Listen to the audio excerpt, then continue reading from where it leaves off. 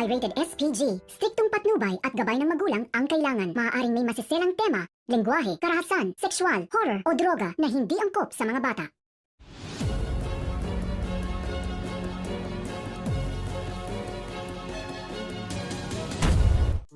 Hindi nga lubos maisip ni Merly na darating ang panahon na mismong ang kanyang mga anak ang magiging dahilan kung bakit siya maililibing sa lupa, sapagkat dito na nga pinatakas ni Manang Merly si Vanessa at dito na rin napaintindi ni Merly lahat kay Vanessa na hindi talaga ito ang kanyang tunay na kapatid, sapagkat ang tunay na Angel ay matagal nang tinapos ni Kiara at itong si Kiara ay nagpanggap na Angel at nagpakilala ito kay Vanessa.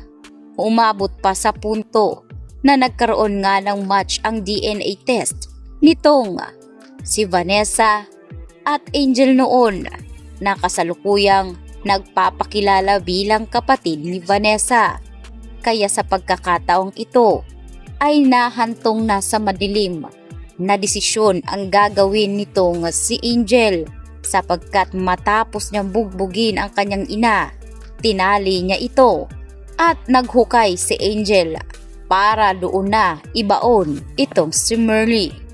Kaya naman sa pagkakataong ito ay napagtanto na rin ni Vanessa na panahon na para malaman ni Marco ang kanyang tunay na estado. Dito na kinausap ni Vanessa sa kabilang linya ang kanyang asawa.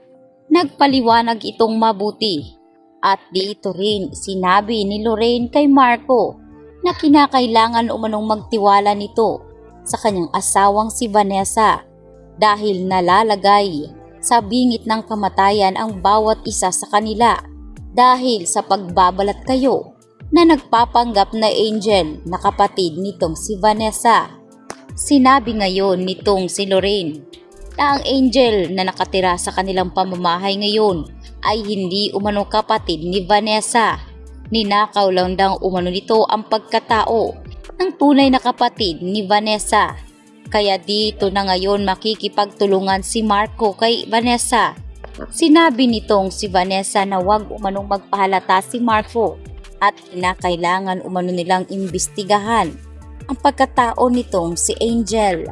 Dito na nga sumubok si Marco na kumuha ng pinagamitan ni Angel na gamit at kinakailangan itong sumailalim sa matinding investigasyon upang sa ganon sisilipin ni Vanessa kung magmamatch nga ba talaga ang DNA test nitong si Angel at Vanessa ngayon.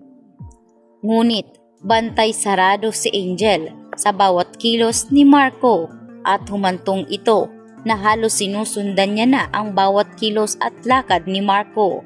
Subalit matalino si Marco at agad niya ngang nararamdaman na may sumusunod sa kanya, kaya inilihis niya ang kanyang sasakyan at nagtungo ito kay Lance. Kaya naman hindi tuloy na laman nitong si Angel ang eksaktong lokasyon na pupuntahan sana ni Marco. Kaya naman bumalik si Marco sa kanilang pamamahay na para bang walang nangyari. At dito walang kaalam-alam si Angel na magkasabwat na si Marco at Vanessa, Lexi sa mga oras na iyon.